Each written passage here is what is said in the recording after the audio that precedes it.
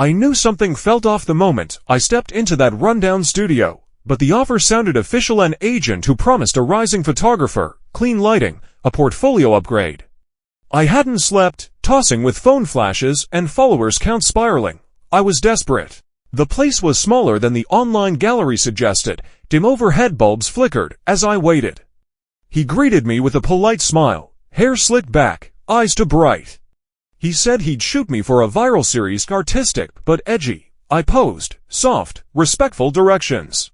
Until he didn't. I blinked when things shifted. The door locked. Two men appeared: Dan the photographer, and Todd the assistant. The studio wasn't one room, it was a trap. Don's voice was low but firm. "We need ransom.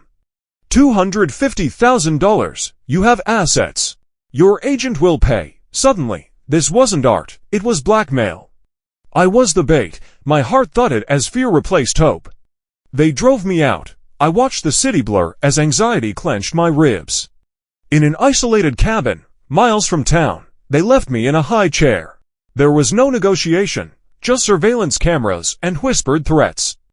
Dan played the ringleader, but inconsistencies hinted at more chaos beneath. Black Plague, they called their group. But Todd sneered at the name, revealing cracks in their own story. The ransom demands felt recycled. That first night, I cried softly into my sweatshirt. I texted my mom, "I'm scared." No answer. Messages went unanswered. It felt like betrayal. Todd brought me cold food, acted almost human briefly. He asked about my dog, soothing words I clung to. But the cameras watched. I don't know if it was empathy or leverage. Over days, Dan interrogated me: why I posed nude, why I flaunted my life online. He blamed my vanity. He circled me as if I were a predator. Todd stayed awkwardly distant, fearful. I pieced together. Dan orchestrated this. Todd was uneasy. Maybe didn't sign up for this. Pity and terror warred in his eyes.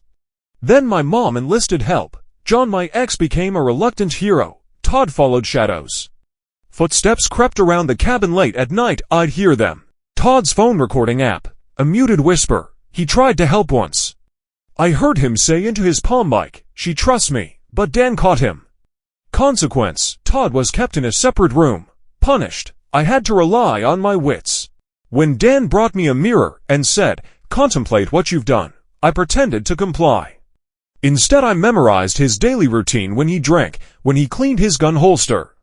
I watched the cameras. I tested the door lock. It wasn't secure. There was hope. An unlocked window. One dawn, when Dan stepped away, leaving Todd chained up in his room, I used brutal calm. I loosened the chain with a hairpin I'd hidden. Todd trembled when freed. We crept to the front door. Dan returned unexpectedly. Adrenaline surged. There was no time for courage, only escape. We fled into the forest. Todd showed me a narrow dirt road winding between trees that clawed at us like angry shadows. My breath burned. My legs were jelly. But I kept running. I had no choice. Behind us, I could hear the crunch of leaves, the shifting of weight, the echo of someone following. Then tires, not far, sirens, blue and red lights blinked through the fog between the trees. For a second, I thought I was hallucinating, but the voice that came next was real.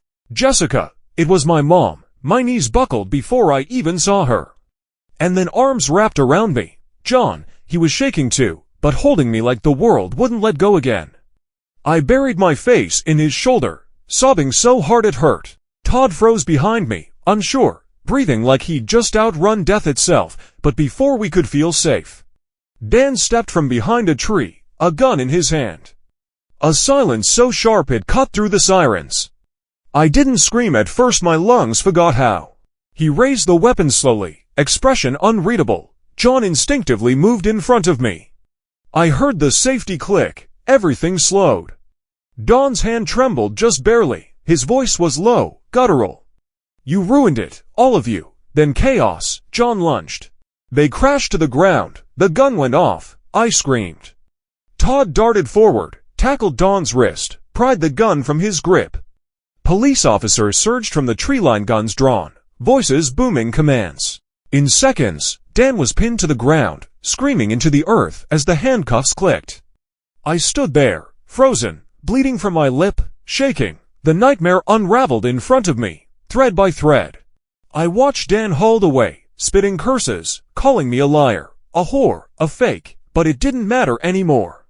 Everyone saw him now, not as a visionary. Not as a man with a message, just another predator with a Wi-Fi connection and a god complex. Todd didn't run, he didn't fight. He handed over the phone with all the recordings. The messages, the proof. He sat down on the forest floor and cried. And I believed for a moment that part of him was just as trapped as I had been. The weeks that followed were a blur of hospitals, statements, police reports, and exhaustion. My mother barely left my side. John stayed longer than he promised. Todd was arrested but treated differently given leniency for cooperating. A judge even said he showed signs of rehabilitation. Now, every time I scroll through Instagram, I pause on a perfect photo and remember the cabin. The lies, the look in Don's eyes when he thought he controlled me. I remember what it felt like to be reduced to nothing but a body, a brand, a bargaining chip. And yet, I'm still here, not just a picture, not just a profile. A person, a survivor. Sometimes, I post again. Not thirst traps, not filters, just me, no makeup, no pretense. I let the world see the cracks, because I earned every scar.